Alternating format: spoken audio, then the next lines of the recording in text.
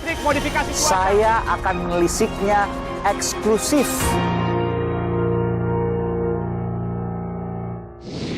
Kita melihat bahwa akhir dari kegiatan atau adegan di TKP 3 itu, 4 pelaku yang masih hidup itu diamankan, diamankan ke dalam mobil.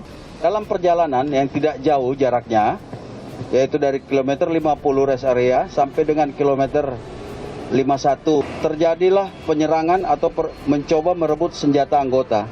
Disitulah terjadi upaya dari penyidik yang ada di dalam mobil untuk melakukan tindakan pembelaan.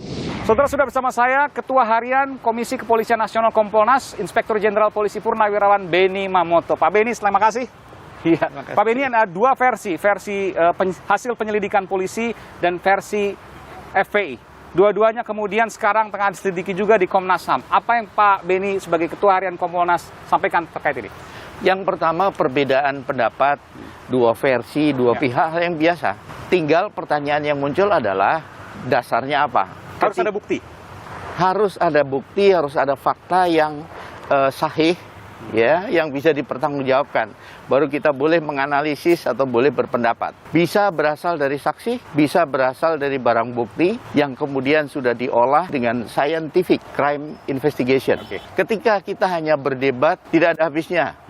Masing-masing pihak tentunya sedang menyusun pembuktian. Seperti juga Bapak tadi katakan, bukti. Saya juga turun ke lapangan, langsung kemudian melihat di beberapa lokasi. Saya mengumpulkan sebagian, tentu sebagian tidak bisa semuanya, pecahan dari teka-teki ini. Ada yang menyita perhatian saya, Pak. Biasanya kalau dalam kasus kriminal, kasus pidana, Bapak juga lama di reserse, itu selalu ada garis polisi untuk kemudian melakukan olah TKP, melakukan penyelidikan. Tapi ini sejak hari pertama sampai sekarang tidak pernah ada garis polisi. Kenapa, Pak? Saya juga datang ke sana. Ya.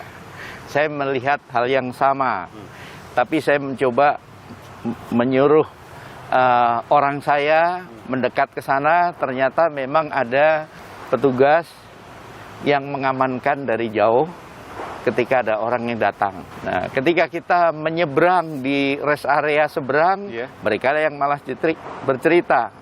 Ya betul, saya dengar ada tembakan dan sebagainya. Artinya mungkin ada kebijakan sendiri oleh pihak penyidik dalam hal olah TKP ini, apakah sudah dinilai cukup, kemudian tidak perlu lagi dipasang. Karena sejak hari pertama, Pak, artinya begini, kalau seandainya memang tidak pernah ada garis polisi, maka tentu pertanyaan bagaimana kemudian mengolah secara detail hasil kejadian yang terjadi di sana, peristiwa kriminal di sana, atau peristiwa apapun di sana. Betul, jadi police line diperlukan untuk menjaga keutuhan TKP. Bisa dalam konteks masalah posisi benda-benda yang ada di situ untuk tidak digeser, dipindahkan. Seandainya ada bagian-bagian yang luka dan sebagainya setelah difoto, kalau memang susah dipindahkan, dibiarkan tetapi ada garis polisi. Kalau itu kita lihat kan kosong. Dan ini akan kesulitan nanti ketika kemudian melakukan proses penyidikan karena TKP telah mungkin teracak-acak? Tidak, pemotretan sudah. Bagaimana sketsa TKP dan sebagainya sudah. Kompolnas sudah berkoordinasi dengan penyidik. Termasuk juga kepemilikan senjata api. Itu yang menjadi poin penting dari hasil penyelidikan ini. Apakah mudah untuk mengetahui bahwa senjata api itu digunakan atau dimiliki oleh anggota FPI atau tidak? Kalau bicara digunakan, segera setelah peristiwa dari pihak Lapor memeriksa, itu biasanya jelaga, kemudian senjata yang habis dipakai, itu mereka bisa mengidentifikasi. Jelaganya ada di senjata apinya? Iya.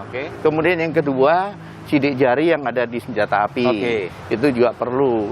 Kemudian ketiga, kalau kita mau bicara tentang asal-usul senjata, itu bisa dilihat, ini senjata rakitan atau asli. Kalau Bapak lihat dari sana kan kelihatannya revolver jenis Colt, betul ya Pak? Nah, ketika itu asli, ada nomor seri. Nomor seri itu bisa kita menanyakan ke, kalau di Amerika ada lembaganya. Tapi kalau rakitan nggak bisa dong? Rakitan memang kita punya data di mana perakit senjata api. Vendornya kemana? Kurang lebih data kutip. Kemudian ada satu lagi.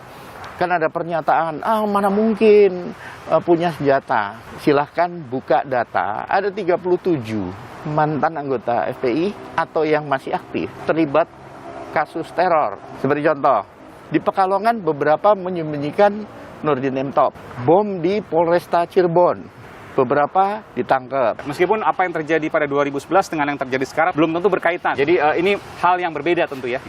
Meskipun tadi Bapak mengatakan bahwa kalau bicara soal mungkin ya mungkin saja. Tapi bicara soal hari ini harus ada bukti yang jelas. Betul. Ini hanya background untuk menunjukkan bahwa kita jangan underestimate untuk menyikapi masalah ini. Soal adanya kemudian hasil otopsi forensik di Rumah Sakit Polri yang dikatakan misalnya ada ditembak dari jarak dekat, ada luka bakar dan lain sebagainya. Apa yang bisa Bapak sampaikan di sini? Pertama, kita harus berpegang pada hasil visum et repertum. Ketika mayat sudah beberapa hari kemudian, tentunya terjadi perubahan-perubahan. Buat orang awam bisa menafsirkannya lain.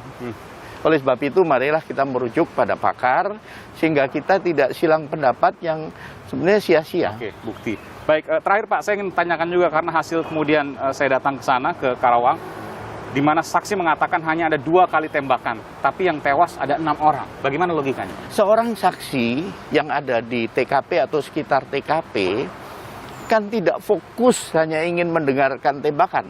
Dan dia tidak tahu kalau ada tembakan. Sehingga mungkin yang dia sempat dengar 2.